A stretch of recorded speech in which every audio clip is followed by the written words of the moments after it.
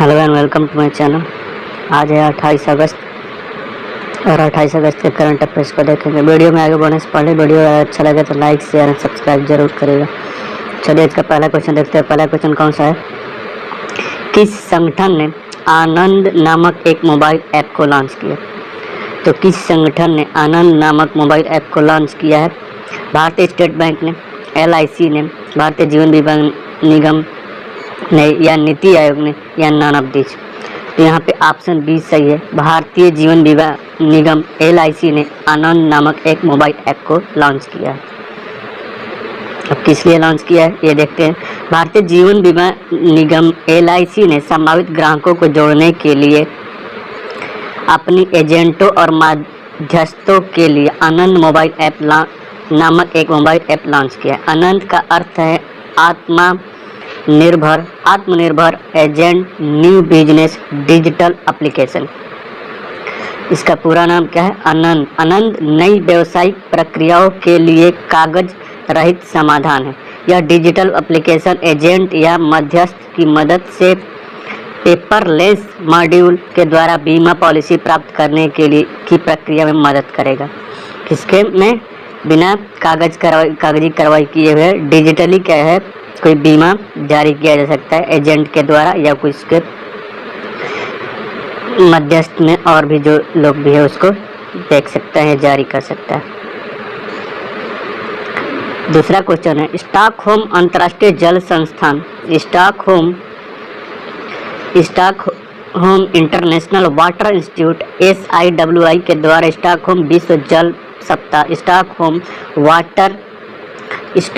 World water week कब से कब तक ऑनलाइन आयोजित किया जाएगा?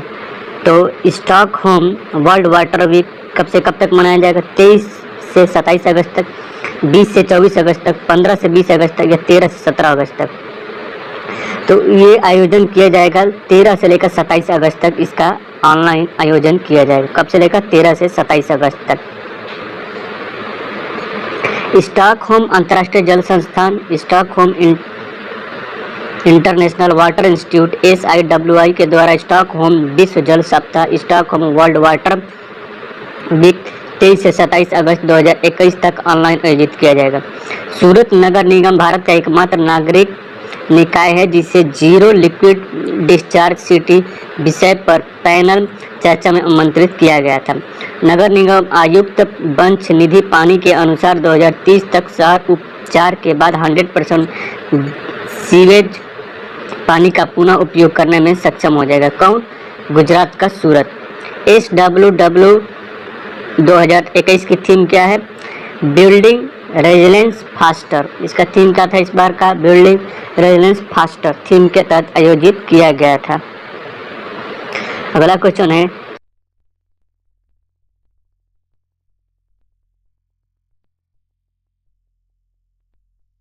आयोजन किस देशों के बीच किया गया है? आयोजन किस देश ने किया है? तो ये शेयर डेस्टिनी 2021 नामक बहुराष्ट्रीय शांति रक्षा अभ्यास का आयोजन किसके द्वारा किया गया है? चीन के द्वारा, पाकिस्तान के द्वारा, मंगोलिया के द्वारा, थाईलैंड के द्वारा। तो हाल ही में ये आयोजन जो है ऑप्शन ए सही है, चाइना के द्वारा किया गया है। चीन, मंगोलिया, थाईलैंड और पाकिस्तान की सेना ने शेयर डेस्टिनी 2021 नामक एक राष्ट्रीय शांति रक्षा अभ्यास की भाग लिया। इसका आयोजन पीपल्स लिबरेशन आर्मी के द्वारा 6 से 15 दिसंबर 2021 तक चीन के मध्य हेनान प्रांत में संयुक्त हथियारों के सामाजिक प्रशिक्षण बेस पर किया जाएगा। यह पहला बहुराष्ट्रीय शांति रक्षा अभ्यास है। इसमें 4 राष्ट्र शामिल हैं।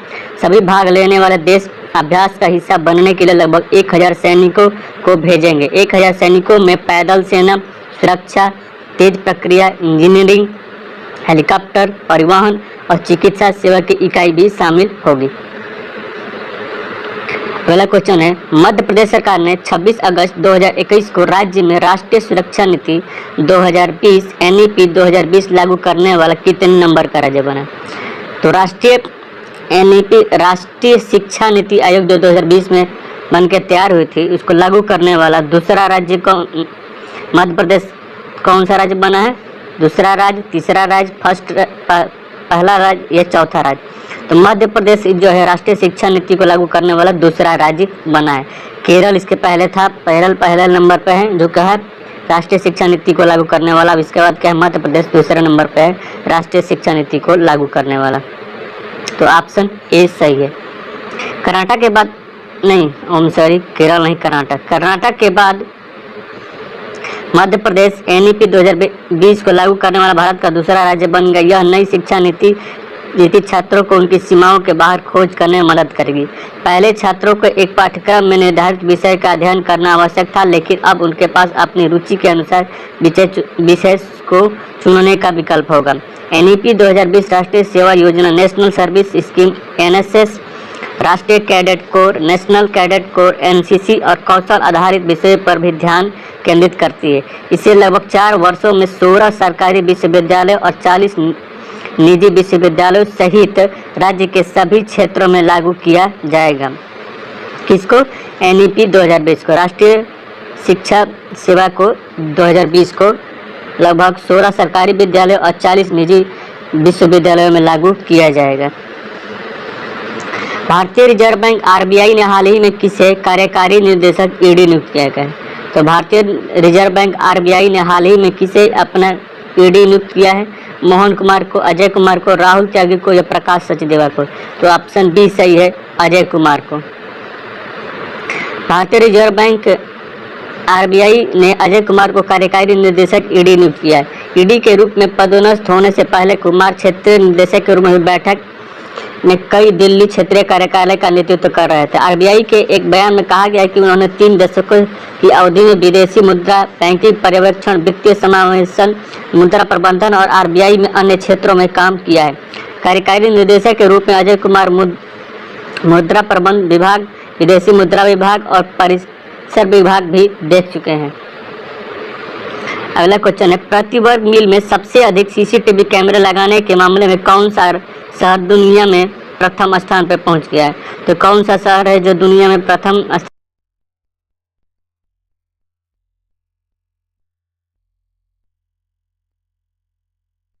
ज्यादा पर वर्ग किलोमीटर में सीसीटीवी कैमरा लगाने वाला राज्य कौन बन गया है? दिल्ली। ऑप्शन बी सही है, दिल्ली। प्रति वर्ग मील में सबसे अधिक सीसीटीवी कैमरे लगाने के मामले में दिल्ली दुनिया का पहला शहर बन गया। दिल्ली में प्रति वर्ग माइल 1826 सीसीटीवी लगाए गए हैं, जो चेन्नई से 3 और मुंबई से 11 गुना अधिक है। इस उपलब्धि पर मुख्यमंत्री अरविंद केजरीवाल ने कहा कि प्रति वर्ग मील में लगाए गए सीसीटीवी के मामले में दिल्ली दुनिया भर के 150 शहरों में पहले स्थान पर है। महिला सुरक्षा को मजबूती देने के लिए प्रतिबद्ध दिल्ली सरकार ने अब तक 2.75 लाख सीसीटीवी लगा चुकी है। कितना? 2.75 लाख सीसीटीवी कैमरे लगा चुकी है दिल्ली सरकार।